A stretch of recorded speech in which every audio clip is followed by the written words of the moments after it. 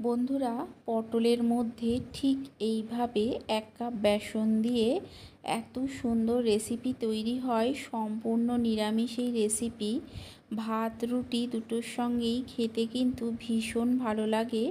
এখানে দেখুন আমি কিছু পটল নিয়েছি। পটলের খোসাগুলোকে সম্পূর্ণ ছাড়াইনি, কিছুটা করে খোসা রেখে ছুলে নিয়েছি।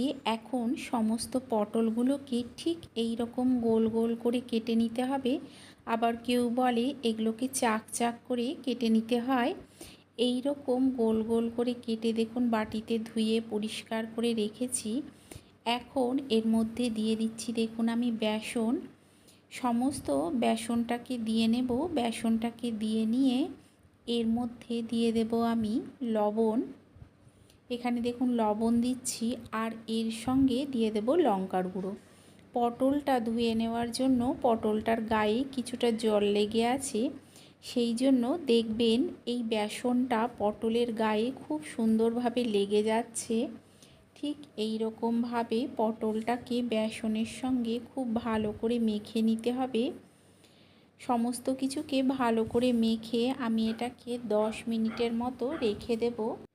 এতে কি হবে, বেসনটা খুব সুন্দরভাবে পটলের গায়ে লেগে যাবে।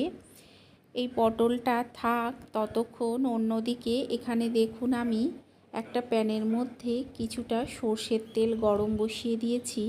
তেলটা গরম হয়ে গেলে 10 মিনিট পর এই পটলটাকে এর মধ্যে দিয়ে দিলাম। এখন গ্যাসের ফ্লেমটাকে মিডিয়ামে করে পটলটাকে ভাজতে হবে। কিছুক্ষণ ঠিক এই রকমভাবে উল্টে পাল্টে আমি গ্যাসের ফ্লেমটাকে লোতে করে দেব। লোতে করে দিয়ে কিছুক্ষণ হতে দেব। আপনারা চাইলে এটা ঢাকা দিয়েও ভেজে নিতে পারেন। গ্যাসের ফ্লেমটা কিন্তু একেবারেই হাইতে করে ভাজবেন না, তাহলে কি হবে, পটলগুলো ভাজা ভালো হবে না। যতটা সম্ভব লোতে করে ভাজার চেষ্টা করবেন, এতে পটলটা ভাজা ভালো হবে। দেখুন উল্টে পাল্টে পটলগুলোকে আমি ঠিক এই রকমভাবে ভেজে নিচ্ছি। যখন দেখবেন যে একটা দিক এরকম লাল হয়ে এসছে, পটলগুলোকে উল্টে দেবেন। উল্টে দিয়ে দুটো দিকই কিন্তু খুব সুন্দরভাবে লাল করে ভেজে নিতে হবে। এই ভাজাটা যত ভালো হবে খেতে কিন্তু এই রেসিপিতে তত বেশি ভালো লাগবে। দেখুন সমস্ত পটলগুলোকেই আমি ভালো করে ভেজে নিয়েছি। এখন এই পটলগুলোকে আমি তুলে নেব। সমস্ত এই পটলগুলোকে তুলে নেব। তুলে নিয়ে এই পটলের যে তেলটা আছে তার মধ্যে আর অল্প সর্ষের তেল দিয়ে দেব। ফোড়নে দিয়ে দেব এলাচ, দারচিনি, লবঙ্গ আর গোটা জিরে।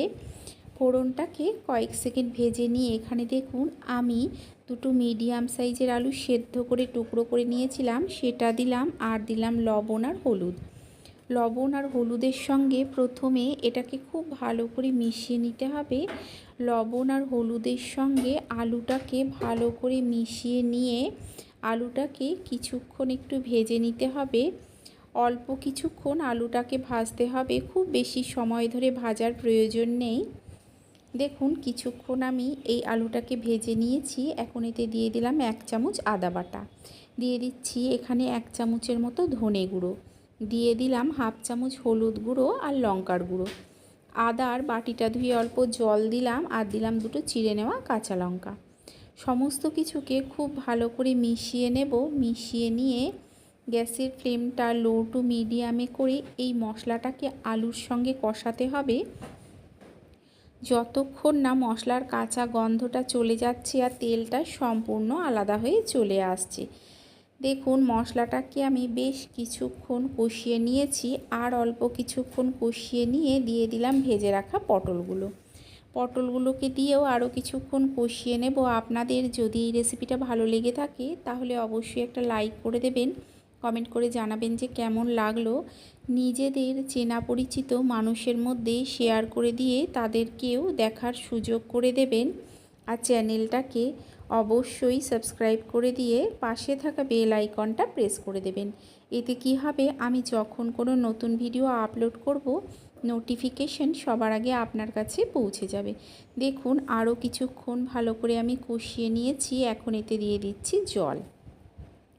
জলটাকে দিয়ে ভালো করে মিশিয়ে স্বাদ অনুযায়ী লবণ দিয়ে ঢাকা দিয়ে কিছুক্ষণ হতে দেব। অল্প কিছুক্ষণ পর আমি ঢাকাটা তুলে নিয়েছি। তুলে একবার ভালো করে মিশিয়ে সব শেষে এর মধ্যে এমন একটা জিনিস দেব, এতেই কিন্তু এর স্বাদ অনেকটা বেড়ে যাবে। এখানে দেখুন আমি 1 চামচ ঘিয়ের মধ্যে দিয়ে দিচ্ছি 1 চামচের অল্প কম গোলমরিচের গুঁড়ো। ঘিটা কিন্তু গরম আছে। এই ঘি আর গোলমরিচের গুঁড়োটা এর মধ্যে দিয়ে গ্যাস বন্ধ করে সঙ্গে সঙ্গে ঢাকা দিয়ে দেবেন, তাহলেই তৈরি হয়ে যাবে এই রেসিপি। আপনারা এইভাবে অবশ্যই একবার বানিয়ে খেয়ে দেখবেন যে এটা খেতে কতটা সুন্দর হয়। দেখুন আমি গ্যাসটা বন্ধ করে ঢাকা দিয়ে দেব। তৈরি হয়ে গেছে এই রেসিপি। এইভাবে বানিয়ে খেলে আশা করছি আপনাদেরও ভালো লাগবে। তাহলে চলুন, আপনাদের সঙ্গে দেখা হচ্ছে আরও একটা নতুন ভিডিও নিয়ে।